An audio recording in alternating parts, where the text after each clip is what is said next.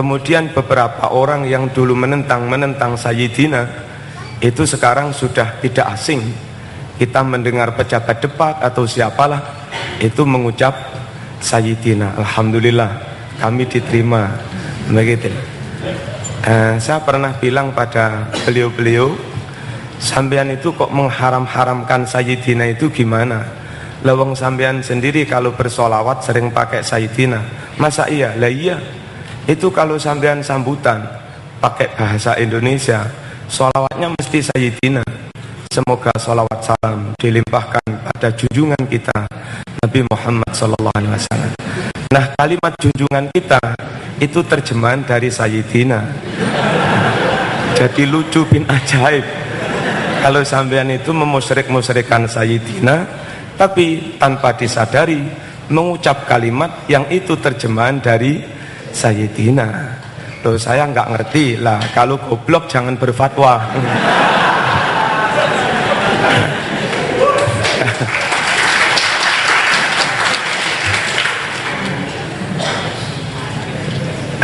Bapak Ibu rahimakumullah. Kemudian tentang tarawih 20.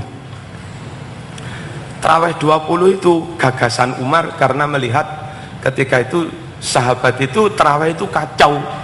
Ada yang rakaat sedikit, ada yang banyak, ada yang berjamaah, fasalla rajulun ya wa shalla wara'ahu rahtun, kan begitu. Fasalla rajulun akhar wa shalla wara'ahu ruhaid. Itu di hadis Bukhari begitu. Ada orang ketika Umar itu sidak ke masjid, ternyata orang sholat tarawih itu saenake dhewe. Ada yang rakaatnya sedikit, ada yang banyak. Terus banyak enggak jamaah. Lalu Umar berinisiatif, ayo jamaah semua. Diimami oleh Ubay bin Ka'ab. Satu imam, Ubay bin Ka'ab. Jangan kacau seperti ini. Sekalian rakaatnya disepakati 20. Yang riwayat rakaat 20 dari Umar dan para sahabat yang lain itu tidak dhaif, karena menurut Ibnu Taimiyah di kitab Al-Fatawa Al-Kubra, seperti yang dinukil kader PKS Ustadz Imam Syafi'i DPR Kabupaten yang dulu juga pernah dialog dengan saya, dia menukil ucapannya Ibnu Taimiyah di kitab Fatawa Al-Kubra, waqad thabata an Umar wa ashabihi annahum qamu fi Ramadan bi 20 rakaatan, bahwasanya Umar dan para sahabat tarawih dengan 20 rakaat itu riwayatnya akurat, thabata, enggak lemah begitu. Nah, kalau yang panjenengan lemah berarti jenengan menentang Ibnu Taimiyah. Apa mungkin pengagum Ibnu Taimiyah abang menentang Ibnu Taimiyah? Nah, itu Umar dengan para sahabat mensepakati jamaah 20.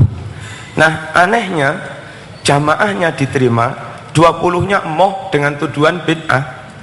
Andai orang itu terbuka saja, oh tarawih itu tidak harus 8 Kang, 6 ya oleh, 8 ya oleh, 10 ya oleh, mending sik berpendapat gitu.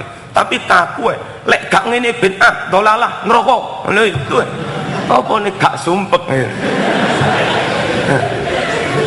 Lek gak 8 plus 3 bid'ah, padahal hadisnya itu ada yang 10 plus 1, mosok Bukhari bid'ah. Ada yang 6 plus 5, mosok Bukhari bid'ah. Ini hanya bertanya saja sama jawab dewe. Saya akan bertanya. Selanjutnya ada yang lebih keras lagi. Dulu orang ini ngajar di PGA Jalan Bandung, yang anaknya pernah menjadi pimpinan laskar jihad. Bapaknya itu dulu jadi guru di PGA Bandung sini, Jalan Bandung sini. Nah, sampai mengatakan ini nggak saya tulis ya, tanggal berapa saya lupa, beliau mengatakan, wong saya dulu juga ngajar di situ. Umar bin Khattab yang tarawih 20 itu bid'ah, dan Umar ahli bid'ah. Jadi sampai bagaimana tentang Umar? Umar ahli bid'ah. Ini sampai menilai Umar itu ahli bid'ah. Tentu karena bid'ah, karena tarawih 20 plus jamaah, maka yang dibid'ahkan mestinya enggak Umar toh, Ya semua sahabat yang mengikuti jejaknya Umar dibid'ahkan semua. Dan kalau para sahabat itu dianggap bid'ah semua, sesat semua, pertanyaan selanjutnya, bagaimana tentang hadis Bukhari Muslim yang rata-rata diriwayatkan lewat sahabat yang tarawihnya 20 itu? Apa terus hadis itu kita tolak? Hadis innamal a'malu binniyat kita tolak. Ini kan riwayat dari Umar, ahli bid'ah. Ini kan riwayat dari Ali, ahli bid'ah. Begitu. Lah terus kalau hadis-hadis Bukhari Muslim kita tolak, alasannya karena riwayat dari Umar itu bid'ah. Lah terus kita pakai hadis mana?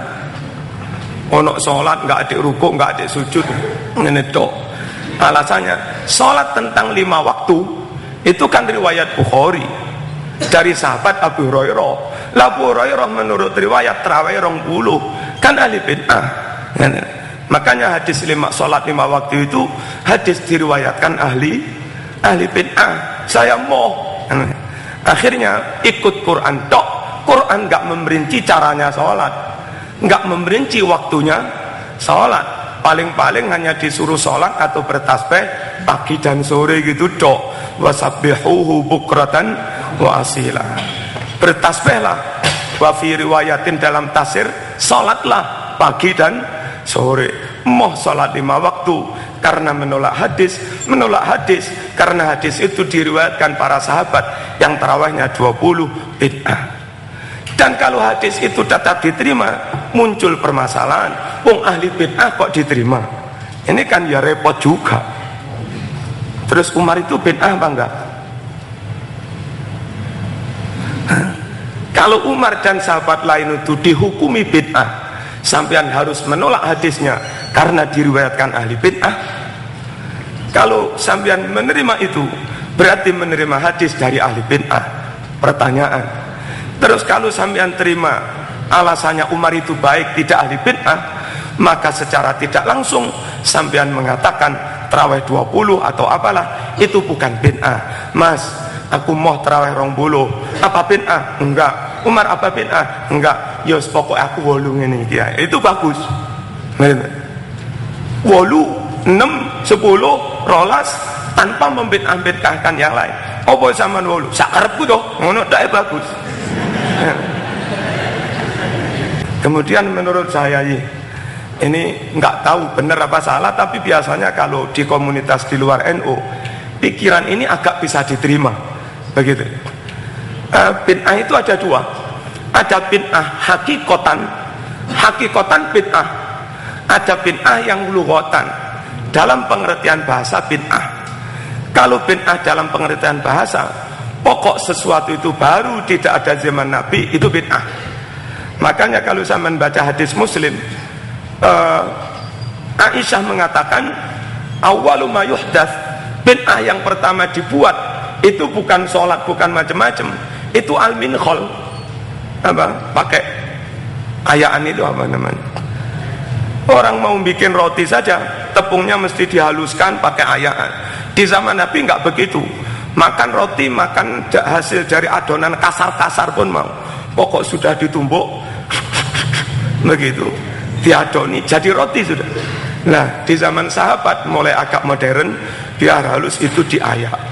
Itu oleh Aisyah disebut sebagai bid'ah. Umar bin Khattab ketika khawatir penghafal Quran mati, nanti Quran hilang. Nah, dia usul kepada Abu Bakar. Abu Bakar pun, gimana kita melakukan sesuatu yang tidak ada di zaman Rasulullah? Ini kan bid'ah. Jadi yang namanya membukukan Quran, menghormati Quran, itu pun oleh Abu Bakar dianggap apa? Bid'ah. Padahal itu di luar sulbil ibadah, itu di luar inti substansi ibadah. Tapi beliau pun menyebut itu bid'ah. Nah, bid'ah itu ada yang pengertian bahasa pokok di zaman Nabi nggak ada, bid'ah semua. Harokat Quran bid'ah, titik Quran bid'ah, CD Quran bid'ah. Padahal yang memproduksi itu Saudi yang Wahabi itu. Wahabi anti bid'ah, tapi memproduksi besar-besaran CD Quran. Gimana ini? Kok bid'ah? Nah, ini bid'ah lughatan. Sampean pakai celono, pakai hem, ini juga bid'ah. majelis pengajian dipakai begini itu bid'ah. Habis. Kurang berapa menit? Nggih. Enggak tak tutup nih. Ya. Pokoknya yang begini menurut beliau tadi, kalau saya persis zaman Kanjeng Nabi naik kuda atau unta, turung teko Unibro, lah beliau naik mobil, itu juga bid'ah dalam pengertian bahasa. Bid'ah lughatan, bid'ah dalam pengertian bahasa, itu yang hukumnya ada 5. Bisa mubah, bisa wajib, bisa sunnah dalam arti diberi pahala, bisa makruh, bisa haram. Inul joget-joget tanpa merudel, itu enggak ada di zaman Kanjeng Nabi. Makanya itu bid'ah. Dan karena bid'ah itu plus ada kemungkaran maksiat, itu bid'ah haram. Begitu. Kemudian begini-begini membuat diskusi semakin nyaman. Yang belakang bisa melihat, kalau tetap seperti zaman Nabi roto di lantai, iya oleh ustadz dukur, oleh ustadz ndek, sing manggen buri ndek pisan, kan nggak ketoro. Ini bid'ah dibuat untuk memudahkan tolabul ilmi, dibuat untuk memudahkan majelisul ilmi. Karena majelis ilmi itu baik, maka yang mendukung kebaikan hukumnya juga baik. Sunnah, Unibro sunnah, fakultas hukum sunnah. Nah, begitu. Terus ada yang makruh. Ya. Makruh itu sesuatu yang baru, yang tidak ada di zaman Kanjeng Nabi. Dan karena lughatan di luar masalah ibadah yang hakiki, di luar bid'ah yang hakiki, yang itu malah sedikit mengganggu. Misalnya begini, Nabi menganjurkan supaya soft depan dipenuhi. Nah, ketika sampean itu datang bareng dosen sampean, jatah soft depan itu tinggal 1 orang. Terus sampean karena sungkan dengan dosen, monggo Pak jenengan mawon Pak. Padahal mestinya sampean datang lebih dulu, lebih berhak masuk mengejar kesunatan itu. Koyok-koyok menghormati dosennya, monggo jenengan mawon, kula tak mundur. Itu bid'ah yang makruh. Jadi kalau lughatan, bid'ah dalam pengertian bahasa, itu hukumnya bisa 5 itu.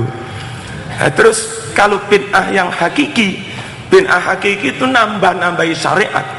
Tasri'u ma lam yusyarra', mensyariat-syariatkan sesuatu yang tidak disyariatkan oleh Allah maupun Rasulullah. Ngene iki jane peringatan 17-an niku di salat 17 rakaat usolli sunnatal istiqlal sunnah. Itu bikin syariat baru. Itu yang bid'ah hakiki. Meskipun kelihatannya sholat, apik itu sholat, itu haram. Itu yang sesat karena melakukan sesuatu yang Rasul tidak memerintahkannya, yang Rasul tidak menuntunnya di masalah-masalah yang memang tasri'u ma lam yusyarra', mensyariatkan sesuatu yang Allah maupun Rasulnya tidak mensyariatkan.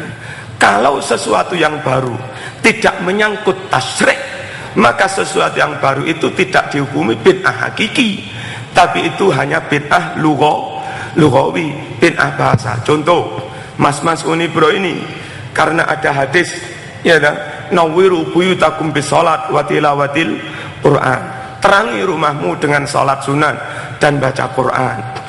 Karena ada perintah baca Quran, sampean pun baca Quran. Tapi syariat tidak ngatur berapa lembar, enggak diatur, jam berapa enggak diatur, sehari berapa lembar yang enggak diatur. Akhirnya sampean bikin sendiri, tidak ada maksud membikin syariat sakarepku.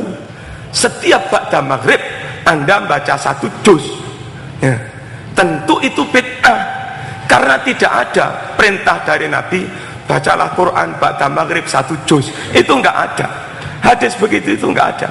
Tapi sampean membiasakan tradisi baca Quran ba'da maghrib 1 juz, kan enggak ada dalilnya begitu. Yang ibadah baca Qurannya, tapi mau berapa kan terserah kita. Waktunya jam berapa terserah kita.